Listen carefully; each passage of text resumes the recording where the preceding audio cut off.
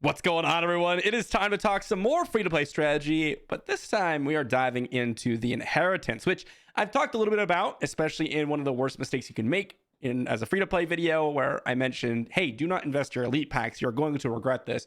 But also, I've mentioned in some of the build guides as inheritance is an important part. But realistically, this strategy, overall strategy for the inheritance kind of applies to basically any build that you're really looking to go for. And it also allows you to get the most progression out of it, which I didn't do at all. And I really, really regret it. And I figured it's a good time because if I pop on over here to my adventure, I've actually capped out in terms of how much I can level my Dragon Girl because of my lack of, well, guidance for my inheritance. So first off, we're going to talk about the inheritance itself. As you can see, I am upgrading the Ghost Legacy or the Ghost Inheritance. There's 4 options at the current moment. Demon seemingly going to be coming some point in the future. But the basic premise here, to keep it real simple for all of you looking to progress as fast as possible, we have Skeleton, Knight, Ranger, and Ghost. Each one of them has stats on the right and left hand side. You'll notice Ghost here, defense percentage, attack percentage. Down here is fire damage, lightning damage. If you look over on the Ranger, we've got, well, attack percentage, defense percentage. We got rage skill damage, crit damage. The Knight, similar. They has different various effects on each one of these inheritance. All of these are permanent effects. So at the end of the day, in the mega late game in like 50 years from now, you want every single inheritance maxed out anyways. That's the ultimate goal. But realistically, that's not going to happen. Alongside these stats being permanent, you have the actual middle effects. So in this case, for the Ranger, it's while the Ranger Legacy is active, you get dagger damage, and it keeps on going forward as you can see throughout. These like middle nodes with the Roman numerals are going to give you bonuses should you actually be active in the inheritance itself. So the inheritance that you have active really only depends on the stats in the middle, as well as, and arguably most importantly, as you get down below, you actually unlock heroes. And these heroes actually show up in your hero category. And I didn't realize this. This is where your majority of your elite packs are actually going to go. As you can see here, this Ghost doll, which is one of the earlier ones, you have the Scout, which is the Ranger. You have the Crimson Witch, or not the Crimson Witch, the Knight here, and the Skeleton, the Bonelet, or the Skeleton Legacy, all of which have your heroes from the actual inheritance. And each one of them requires elite packs. This is where your elite packs go. And a lot of the times you're choosing your inheritance based on the heroes you will unlock down in the future. On top of all of this, each legacy or each inheritance has different time commitments, meaning Skeleton requires less time to upgrade its nodes than Knight, Knight less than the Ranger, and Ranger less than the Ghost. So Ghost takes the most amount of time to upgrade each node. And they're scaling. As you can see with this one here, I'm like, I don't know, 14 hours into this one. I don't know how long I've been doing it already. I think this was like a 17 or 18 hour node at the beginning. So it's going to take a while for me to upgrade it. So the strategy here revolves around 2 things. A, what do we actually want to spend our elite packs on? And B, is there actually any reason to upgrade any previous inheritance? Well, in order to answer those questions, 1, we need to figure out what we need to progress. And 2, we need to figure out what the resource costs are. Remember, each one of these alongside the goal to speed up here, and actually I'll speed this up just so we can see some of the nodes. You're going to need, in the middle cases, and I will just go ahead and speed this up so I can showcase this for the later nodes. But in this case right here, you could see they'll need Ghost books. You'll need Skeleton books for Skeleton, Knight books for the Knight, and you'll need the Ranger books for the Ranger. Each one of them is going to require those specific books. So you need to accumulate quite a bit of books in order for you to even have a chance of upgrading this as well as upgrading your hero. So a lot of the times you'll be focusing on a specific inheritance and you'll run out of books in the earlier to mid stages of the game when you're not able to buy books constantly. And that's when you can swap back to one of the other inheritance, just passively upgrade some of the side nodes while you earn your books. Great. But you want to prioritize a single inheritance. You really want to prioritize a single inheritance, whatever's best for your build. And spoiler alert, guys, that's basically Ghost for every single build in the entire game.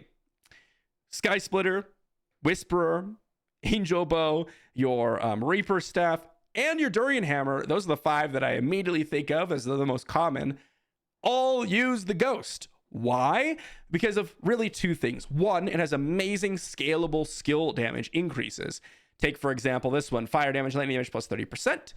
You have all the skill damage here with the Coward, as well as a bunch of other things that increase your ability and decrease your ability, increase rather, to control enemies and decrease your opponent's ability to control you. So that's like icy spikes or freezes or stuns or whatever it is that you're using to CC people. That is going to ramp up significantly. And one of the biggest payoffs, as I mentioned with the heroes, Ghost Princess here, you have massive amounts of, well, not only damage increasing by reducing skill damage reduction, but also chancing to stun. And that is huge in order for you to progress a lot of the content in the game. So if every build wants to go with a Ghost, then this seems like a very straightforward strategy, right? Not necessarily. Yes, you want to go for the Ghost. And in my case, I made the mistake of going for the Ranger and investing a lot of resources into it. I 100% regret this, as Ranger is the second longest one to upgrade, and I wasted a lot of time in each of these nodes. However, there's one other thing that's really important to note that's locked behind the inheritance. And that's where you pop over to the adventurer here as an example. You'll notice I need to upgrade any legacy to tier 4 or inheritance in order for me to upgrade this to level 100. And this also applies as you're leveling up to tier 3 and tier 2 as well. You need to upgrade the actual inheritance tiers in order for you to progress at certain points, not only in your adventurer leveling, but also your gear upgrading level. As you can see here, I cannot upgrade my Whisperer to level 100 because I need tier 4 legacy, or again, tier 4 inheritance. I use these interchangeably because the game kind of uses them interchangeably, but anyways, you really want to prioritize one inheritance, of course, but because that one inheritance is going to be the Ghost, it is going to take you far longer to upgrade this side nodes or these side nodes and actually get to tier 2 or tier 3 or tier 4 typically than your ability to progress your gear and your ability to progress your adventurer. So what is the solution there? We want to jump back to the skeleton, and you want to knock out these early nodes because it is so much less time. And I'll just, again, show you all. It pains me to use some elite packs just to do an example, but we're going to do it for you all. I'm going to unlock tier 2 here, and you can see for the first of 10 little node here for the skeleton, it takes 30 minutes.